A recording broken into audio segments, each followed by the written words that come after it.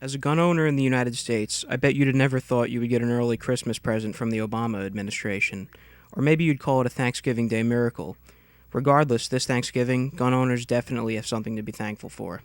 On November 25, 2015, President Barack Obama signed into law the National Defense Authorization Act for fiscal year 2016. The NDAA and various iterations over the years have primarily dealt with military budget and the like. These bills have not been without controversy, especially in regards to provisions that allowed indefinite detention of suspected terrorists without trial or otherwise. Still, this is a YouTube channel that is mostly focused on gun rights and firearms in general, so for today we'll be looking specifically at the provisions of the 2016 iteration of the bill that has all of us pro-gunners jumping for joy. The text is located in Section 1087 of the bill, and I'll put a link to the full text of the bill in the description if you would like to give it a read for yourself. For this video, I'll paraphrase and read off the relevant text as simply as possible. Okay, so looking at Section 1087, transfer of surplus firearms to corporation for the corporation being the Civilian Marksmanship Program. Authorization of transfer of surplus firearms to corporation for the promotion of rifle practice and firearm safety. In general, Section 4728 of Title 36 U.S. Code is amended by adding at the end the following new subsection. So 1356-288 says, authorized transfers, subject to paragraph 2, the Secretary may transfer to the corporation in accordance with the procedure prescribed in this subchapter, surplus caliber .45, M1911, and M1911A1 pistols and spare parts and related accessories for those pistols that, on the date of the enactment of this subsection, are under the control of the Secretary and are surplus to the requirements of the Department of the Army, and such material as may be covered by the Secretary pursuant to Section 4728A of this title, the Secretary shall determine a reasonable schedule for the transfer of such surplus pistols. Also, the Secretary may not transfer more than 10,000 surplus .45 M1911 and M1911A1 pistols to the corporation during any year, and may only transfer such pistols as long as pistols described in the paragraph remain available for transfer. Might be important later on. We'll take it for what it is right now. Here's another interesting point, though. Technical and conforming amendment, Section 4728A, by striking rifles each place it appears and inserting surplus firearms. This is in regards to Civilian Marksmanship Program and how they normally promote rifle practice. Now that they're distributing, or they plan to distribute these handguns, they're striking out rifles and putting in surplus firearms. That could be very important later on, and it might be a sign of things to come. So that little piece of text could mean a lot for us. And that's basically all of the relevant text in the bill that pertains to these 1911 handguns. There are some other things regarding the handguns where the Secretary has to make, Secretary of the Army has to make reports on, how many handguns will be transferred and when they're transferred. But as far as just confirming that they will be transferred, this is the relevant text. As far as the Civilian Marksmanship Program goes, I think most of you are familiar with it, but for those of you who are wondering what CMP is, it's basically a government program that started in 1903 that sells surplus guns to the public for the promotion of marksmanship and traditionally rifle practice. This was for the purpose of making civilians suitable marksmen should they ever be needed in war, and the program has also put a focus on youth. As for the M1 Garand you typically see floating around, other than the ones that were brought home by veterans, and a lot were, the rest were distributed by the Civilian Marksmanship Program. Besides promoting marksmanship, CMP is a great way for the government to get rid of obsolete military rifles and I guess surplus firearms in general that the government no longer needs and are being stored at the taxpayer's expense, as with M1 Garands as well as these 1911 handguns.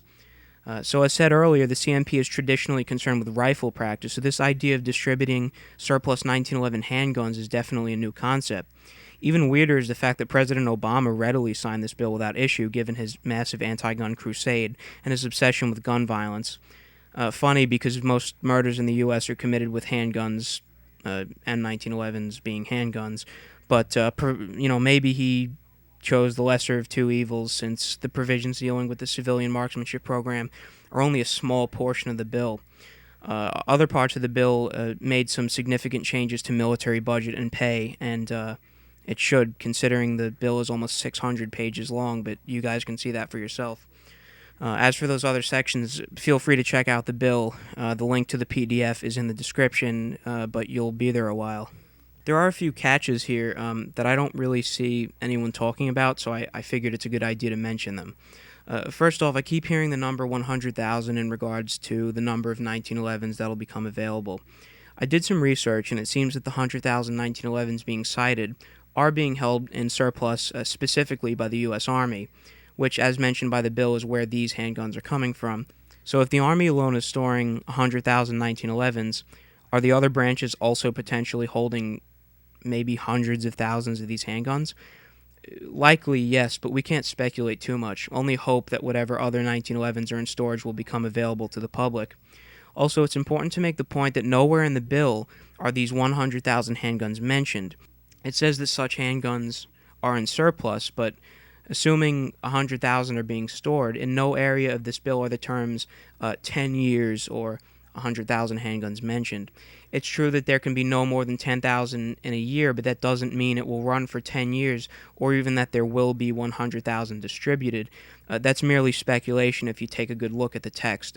Obviously, that's best case scenario, and we kind of hope that those 100,000 will make their way into the public, but there's no definite way to determine it.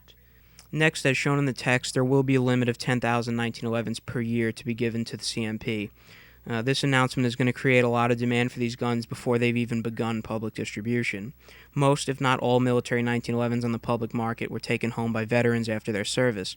Some were actually imported from our allies and sold within the United States, but most of them were pretty much taken home. There are quite a few of them, and they can still demand a significant price. Hopefully these new 100,000 handguns in the market will lower the price of these service 1911s. However, I've noticed dozens of people in the comments section of news articles and the like suddenly becoming interested in these handguns due to this news. So we may think that these extra handguns may lower the price of GI 1911s.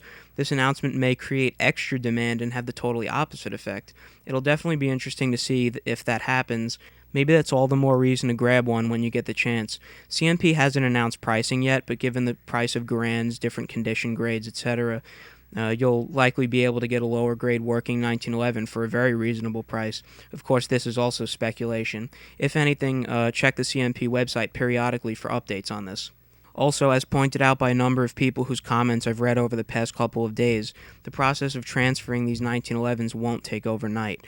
Although they're going to be trickled into the CMP program at no more than 10,000 a year, they'll all need to be extensively looked over and inventoried. That could mean several years until we see any 1911s ready for sale from CMP. And finally, the last thing that I don't really see a lot of people mentioning, you do have to be a member of a CMP-affiliated club to purchase a firearm, parts, ammunition from them.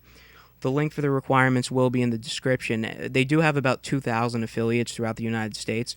They're not strict since they promote general marksmanship, but given the buzz that this news is stirring up, if you're not a member of a CMP affiliate when these guns go into circulation, you may be hard-pressed to grab one yourself.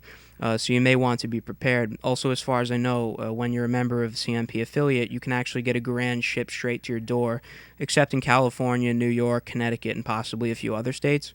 However, due to these being handguns, it would seem that you'll need to go through an FFL, unless maybe you have a Curio and Relic license, but these restrictions have not really been outlined, so we'll have to wait and see.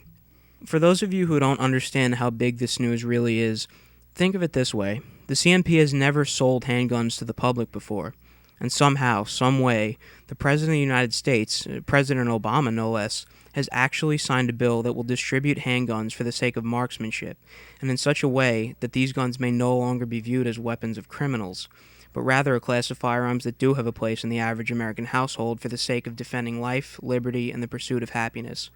And that, my friends, is a great day for the United States. Despite Obama going on record to say that gun legislation will be a primary concern in his final year as president, for now, let's just enjoy this victory. We may not have won the war yet, but this week we've certainly won the battle. Alright guys, thanks so much for watching. If you like this video and you want to see more, hit like, and also don't forget to smack that subscribe button. I'm trying something new with these podcast-style news videos, and I'm also planning to do more videos like this, more news videos, philosophy, stuff like that. But I need to know if you guys enjoy these videos, if I'm going to do more of them and upload them regularly, which I would like to do. They do take a decent amount of time to research and compile information for. So, let me know if you like them and I'll put more up. Or maybe you didn't like the video. If so, don't hesitate to smack that dislike button and leave a comment telling me what I could have done better. Believe it or not, it really does help. Again, thank you so much for watching, and I will see you in the next video. See ya.